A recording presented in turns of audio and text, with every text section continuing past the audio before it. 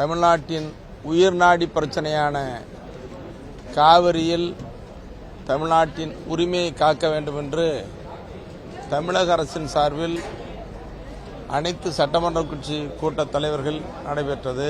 குறிப்பாக காவிரி என்பது தமிழ்நாட்டின் உயிர்நாடி பிரச்சனை. இது தமிழ்நாட்டிற்கு காலங்காலமாக கிடைத்து வந்த உரிமை என்பது மட்டுமல்ல, தமிழ்நாட்டின் 22 மாவட்டங்களுக்கு குடிநீரை வழங்குகிற குடிநீர் ஆதாரமாக இருக்கிற காவிரி. இந்த காவிரியில் அரை நூற்றாண்டுக்கு மேலாக நம்முடைய உரிமை கர்நாடகத்தால் மறுக்கப்பட்டு வருகிற நிலையில்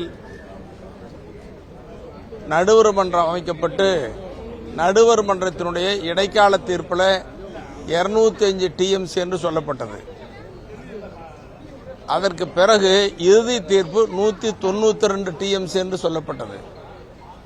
அதை அடுத்து உச்சநீதிமன்றத்தால் 177.25 டிஎம்சி என்று தீர்ப்பளிக்கப்பட்டது. இதெல்லாம் பார்த்தீங்கன்னா இதுவே தமிழ்நாட்டுக்கு இழைக்கப்பட்ட அநீதியாக நாம் பார்க்கிறோம். இது மிகப்பெரிய அநீதி. இந்திய நதிநீர் சட்டப்படியும் அல்லது உலகளவிலான நீரியல் சட்டப்படியும் பார்த்தீங்கன்னா கடைமடைக்கு தான் முன்னுரிமை இருக்கு. ஆனால் இப்பொழுது கடைமடை பாதிக்கப்பட்டிருக்கிறது. இதில் தமிழ்நாட்டினுடைய பாசன பரப்பு குறைந்திருக்குது, கர்நாடகத்தினுடைய பாசன பரப்பு அதிகரித்திருக்கிறது. இதை முதல்ல தடை செய்வதற்கு நாம் உச்சநீதிமன்றத்தை அணுக வேண்டும். தமிழ்நாட்டின் ஒப்புதல் இல்லாமல் அங்கே பாசன பரப்பை பெருக்கக்கூடாது. அப்படி பெருக்கணும்னா இங்கே நமக்கு தண்ணி கிடைக்காது. இதுக்கு இடையில சமீபத்தில் 99வது காவிரி ஒழுங்காற்று குழு கூட்டம் நடந்தது. அந்த கூட்டத்தில் ஒரு நாளைக்கு 1 டிஎம்சி தண்ணீர் வழங்க வேண்டும் கர்நாடகா என்று அறிவுறுத்தியது. ஆனால் கர்நாடக முதலமைச்சர் அவர்கள் அனைத்து கட்சி கூட்டத்தை கூட்டி ஒரு சொட்டு தண்ணீர் கூட தமிழ்நாட்டுக்கு வழங்க மாட்டோம் என்று அறிவித்து விட்டார். அது கர்நாடகத்தினுடைய ஒற்றுமையை காட்டுகிறது. தமிழ்நாட்டினுடைய உரிமையை மறுக்கிற செயலாக நம்ம பார்க்கிறோம். 8000 கனஅடி தண்ணீர் வழங்குவோம் என்று சொல்லியிருக்காரு. இது அவர் வழங்கலை. கபினி அணை நிரம்பிவிட்டது. கபினி அணை நிரம்பிவிட்ட காரணத்தால் அங்கு தேக்கி வைக்க இயலாத சூழலில் இது 8000 கனஅடி தண்ணி, ஒரு வினாடிக்கு 8000 கனஅடி வீதம் வழங்கப்படும் என்று சொல்லியிருக்கிறார். இப்போ 14 டிஎம்சி தண்ணியை வச்சுட்டு எப்படி நம்ம குடிப்பதற்கும் பாசனத்திற்கும் குறுவைக்கும் பயன்படுத்த முடியாது. அதனால தான் உடனடியாக காவிரி ஒழுங்காற்று குழுவோட சொன்ன 1 டிஎம்சி தண்ணீர் அல்ல, இதுவரை வழங்கப்பட வேண்டிய நீர், அதாவது பாசன ஆண்டு என்பது ஜூன் மாதத்தில் தொடங்கும்.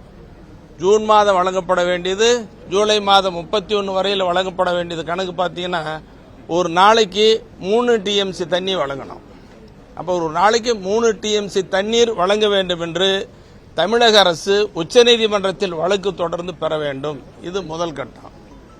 அப்பதான் நம்ம உரிமையை காக்க முடியும்.